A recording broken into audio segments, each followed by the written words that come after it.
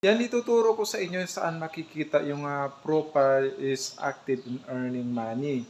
Kasi kapag may na-upload tayo na video na may violation, magkakaroon siya ng problema, no? Iba ang inyong makikita. So, makikita nyo ay ganito. So, ganyan.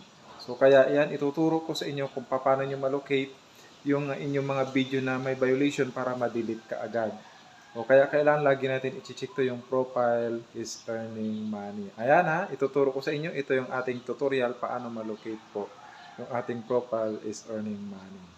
Ayan, turuan ko kayo no after nyo mag-upload ng video kung ano ba yung i-check na just example no, baka may violation ka nagawa, makikita mo agad yung profile mo na mayroong nagawang kasalanan.